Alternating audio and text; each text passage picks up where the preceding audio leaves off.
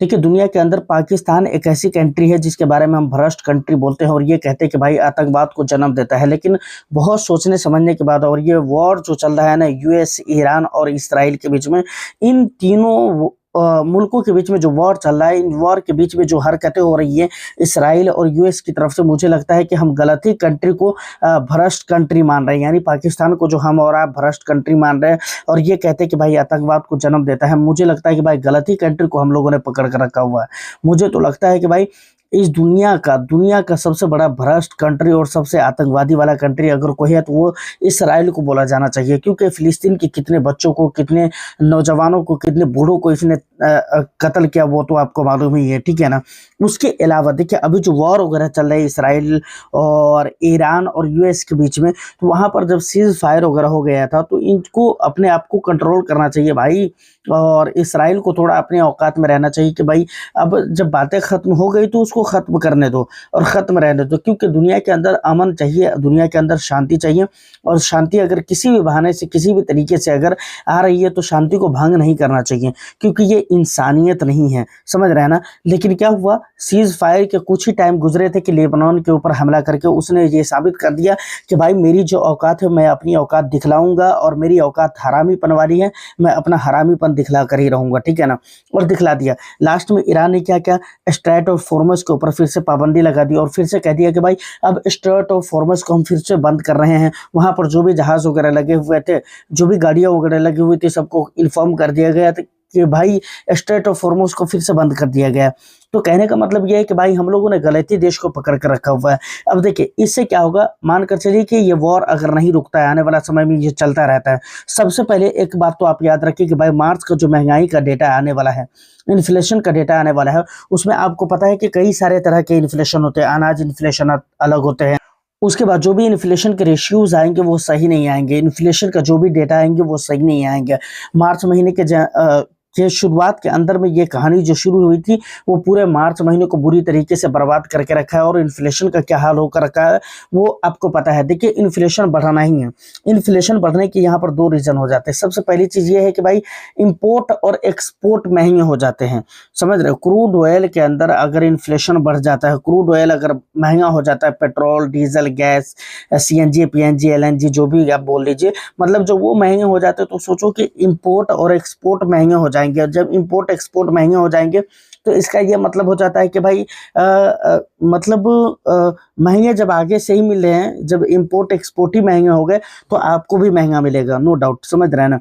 और दूसरी चीज ये भी होती है कि भाई चीजें कम होती है, इंपोर्ट एक्सपोर्ट हो नहीं पाता है, चीज़ें कम होती है, डिमांड्स ज़्यादा होते हैं, तो भाई ऐसे में तो महंगाई बढ़ेगी। क्योंकि अगर चीज़ें लिमिटेड है, मानकर चलो कि भाई ये एक माइक है, ठीक है ना, ये एक माइक है, एक मैंने लगा कर रखा हुआ है, तो आप यहाँ पर ये सोच कर देखिए कि मेरे पास दो ही माइक है लेकिन मांगने वाले इसको 10 है। तो अब सोचो कि चीज़ें कम हैं लेकिन इसके डिमांड्स बहुत ज़्यादा बढ़ गए हैं, तो अब ऐसे में क्या होगा, चीज़ें महंगी हो जाएंगी। तो ये रीज़न है। एक तो इंपोर्ट एक्सपोर्ट महंगे हो जाते हैं और दूसरे ये है कि भाई चीज़ें कम है, डिमांड्स ज़्यादा है, जिसकी वजह से चीज़ों की कीमत बढ़ जाएगी। तो आप सोचे कि इन्फ्लेशन जो है वो बढ़ेगा, बहुत ज़्यादा बढ़कर आएगा। अच्छा, स्टॉक मार्केट के एंगल से देखें तो स्टॉक मार्केट के अंदर सुधार नहीं होगा। सुधार क्यों नहीं होगा, इसके पीछे का सबसे बड़ा रीजन ये है कि भाई रेट कट नहीं होगा, समझ रहे हैं ना। रेट कट नहीं होगा, और रेट कट नहीं होगा तो इसका ये मतलब है कि लोन सस्ते रेट पर नहीं मिलेंगे। जब लोन सस्ते रेट पर नहीं मिलेंगे तो लोग लोन लेंगे नहीं, अपने कारोबार शुरू नहीं करेंगे, अपने कारोबार के अंदर पैसे नहीं लगाएंगे। कंजप्शन बहुत ज़्यादा खराब हो जाएगा। कंजप्शन का जो सेक्टर है, कंजप्शन धीरे धीरे जो बढ़ना चाहिए वो नहीं बढ़ पाएगा। तो सोचिए कि ये भी एक स्टॉक मार्केट के लिए अच्छा नहीं माना जाता है, ठीक है ना। क्योंकि कंजप्शन, ज़्यादा से ज़्यादा प्रोडक्ट लोग कंज्यूम करना चाहिए, तभी तो जो प्रोडक्शन के ऊपर जो कंपनीज काम कर रही है वो उनका काम ज़्यादा से ज़्यादा होगा, जो सेलिंग कर रही है उनके ज़्यादा से ज़्यादा सेलिंग होंगे, और जिसकी वजह से कंपनीज चलेंगे और जिसकी वजह से मार्केट के अंदर रेट सही होंगे, ठीक है ना, और मार्केट अच्छा से चलेगा। तो कुल मिलाकर यह है कि भाई इन्फ्लेशन एक तरफ जान मार रहा है और दूसरी तरफ जहाँ पर रेट कट का एक ख्याल था दिमाग के अंदर कि भाई रेट कट हो सकता है, वो भी नहीं होगा। वो क्यों नहीं होगा, वो मैं आपको बता दिया कि भाई रेट कट क्यों होगा। जब ऑलरेडी इन्फ्लेशन इतना ज़्यादा है तो इन्फ्लेशन ज़्यादा है और ऐसे में रेट कट कर दिया तो इन्फ्लेशन और भी ज़्यादा बढ़ सकता है, जो कि देश के लिए बहुत ही ज़्यादा हानिकारक साबित हो सकते हैं। तो कुल मिलाकर ये है कि भाई स्टॉक मार्केट को देख लीजिए या फिर इस वॉर को देख लीजिए, महँगाई को देख लीजिए, मतलब मार्केट को बुरा हाल ये लोग करके ही मानेंगे और ये सारी कहानी यूएस और इस्राइल की तरफ से की जा रही है, ठीक है ना। देखिए इस समय पे अगर मार्केट के अंदर देखेंगे तो मार्केट के अंदर पॉजिटिविटी ज़रूर है और आज फ्राइडे है तो आज के दिन में पॉजिटिविटी है और स्मॉल कैप और मिड कैप के खास तौर से बात करें तो वहाँ पर एक अच्छी पॉजिटिविटी दिख रही है, जो कि अच्छी बात है। लेकिन ये पॉजिटिविटी कब तक रहेगी इसकी कोई गारंटी नहीं है। अगर ये रह भी जाती है तो मार्केट का जो आने वाला सिचुएशन देखिए, एक दिन की पॉजिटिविटी से हम ज़्यादा मतलब नहीं रखते, ठीक है ना। मतलब मेरा ये नहीं है कि भाई आज पॉजिटिविटी है बहुत बड़ी चीज़ हो गई, नहीं ऐसा नहीं है। एक दिन की पॉजिटिविटी से कुछ नहीं होने वाला है। यहाँ पर जो एक सेंटीमेंट क्रिएट होना चाहिए ना, वो पॉजिटिव सेंटीमेंट क्रिएट होना चाहिए और बाजार के लिए पॉजिटिव सेंटीमेंट का क्रिएट होना ये ज़्यादा इंपॉर्टेंट है। मान कर चलिए एक दिन पॉजिटिविटी है ही, अगले दिन जाकर बर्बादी हो जाएगी तो क्या फ़ायदा है ऐसे में। तो एक दिन के पॉजिटिविटी से मुझे कुछ लेना देना नहीं है। मैं ये कहना चाह रहा हूँ कि भाई लॉन्ग टर्म के लिए अगर पॉजिटिविटी चाहिए तो आपको इंतज़ार ही करना पड़ेगा और जब तक ये सारी चीज़ें संतुलित नहीं हो जाती है, ठीक ठाक नहीं हो जाती है, तब तक बाज़ार से ऐसा कुछ उम्मीद नहीं कर सकते।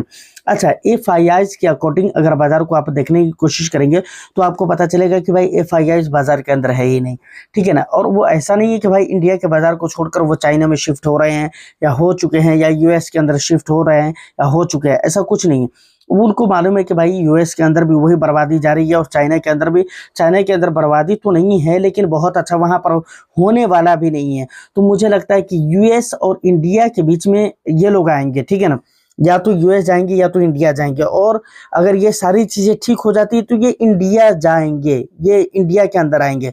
इसकी ज़्यादा पॉसिबिलिटी है। इसकी पॉसिबिलिटी इसलिए है कि भाई इंडिया जो मार्केट है ये ग्रोइंग इकोनॉमी है, समझ रहे हैं ना। और यहाँ पर चीज़ें क्या कहते हैं कि ख़रीदारी करना या प्रॉफिट कमाना ज़्यादा ईजी है कंपेरिजन टू यूएस, ठीक है ना। और दूसरी चीज़ ये है कि भाई इंडिया की जो मार्केट है वो बहुत ज़्यादा अट्रैक्टिबल हो चुका है, समझ रहे हैं ना। इस समय पे अगर ये सारी चीज़ें ठीक हो जाती तो मुझे लगता है कि दुनिया भर के जो इन्वेस्टर्स हैं, एफआईआईज़ हैं, उनके लिए इंडियन स्टॉक मार्केट बहुत ही ज़्यादा अट्रैक्टिबल होने वाला है। और अभी ये बहुत सारे लोगों का ध्यान खींच रहा है, लेकिन अभी हालात कुछ ऐसे बने हुए हैं जिसकी वजह से एफआईआईज़ अपने पैसे इंडियन मार्केट के अंदर डाल नहीं रहा है। बाकी इंडियन मार्केट जो हो चुका है वो बहुत ही बेस्ट हो चुका है और बहुत ही अच्छा हो चुका है, ठीक है ना।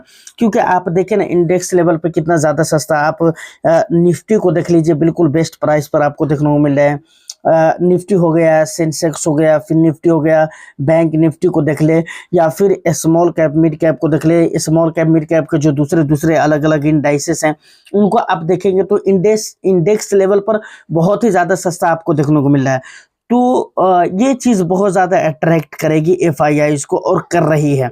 बस ये चीज़ें सही हो जाएंगी तो मुझे लगता है कि यूएस के अंदर जितना निवेश नहीं आएगा उतना इंडिया के अंदर निवेश आएगा और उसके पीछे के दो रीज़न है। एक तो ग्रोइंग इकोनॉमी जो कि मैंने आपको ऑलरेडी बताया हुआ है और दूसरी चीज़ ये कि भाई इंडिया की जो मार्केट है वो अभी बहुत ज़्यादा अट्रैक्टिबल हो चुकी है। तो यहाँ पर जो बाइंग का एक अपॉर्चुनिटी है वो बहुत ज़्यादा है, बहुत ज़्यादा है। तो सारी चीज़ों को ऐसा नहीं कि हम ही नोटिस कर रहे हैं और हम इंडिया के लोग ही नोटिस कर रहे हैं, नहीं, एफआईआई इसको नोटिस कर रहे हैं, लेकिन मार्केट के अंदर स्टेबिलिटी न होने की वजह से लोग अपने पैसे को नहीं डाल रहे हैं।